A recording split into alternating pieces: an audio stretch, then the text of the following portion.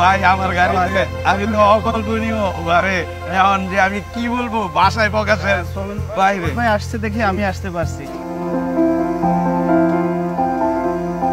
মানুষের জীবন কত বৈচিত্র্যময় হতে পারে, কতভাবেই আসতে পারে জীবনের বাঁকের পরিবর্তন।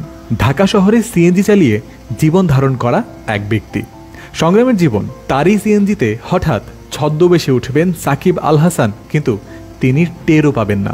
ভ্রমণ শেষে সিএনজি থেকে নামার পর যখন সাকিবকে সামনে পেয়ে আপ্লুত সিএনজি চালক আকিজ, রাজ্যের প্রশান্তি যখন তাকে ঘিরে ধরেছে, তখনও তিনি জানেন না সাকিবের কাছ থেকে পেতে চলেছেন বিরাট এক সারপ্রাইজ, যা বদলে দেবে তার জীবনকে। সাকিবের কাছ থেকেই তিনি পেয়েছেন জীবন বদলানোর উপলক্ষ।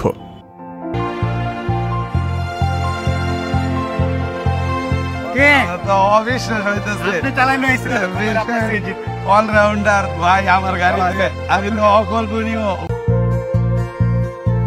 কি জন্য আমাদের এখানে নিয়ে আসছি তিনজনে বলেন? সালাম আলাইকুম। দাঁড়ান, ছবিটা কেন কোন ভাই যে এত বড় বড় মানুষ কি কারণ আমরা তো জানি ঝুঁকি কার ছবি তো আমার দেখা যায় এই ধরে আপনি জিতেছেন।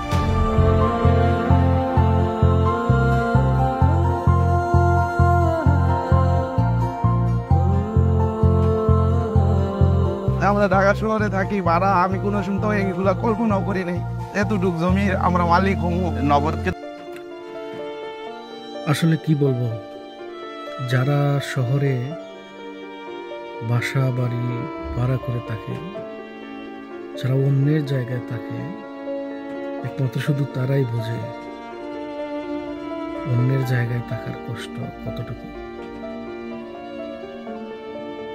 দিনের পর দিন, বছরের পর বছর বাড়ি ভাড়া করে থাকা, ছেলে মেয়েদের লেখাপড়া করানো, শহরের মধ্যে অন্যের অধীনে থাকা, অন্যের বাড়িতে থাকা, সেটা যে কত কষ্ট। আর এই কষ্ট কিছুটা হলেও দূর করে দিচ্ছে নগদ। আসলে নগদকে কি বলবো, আমার ভাষা নেই।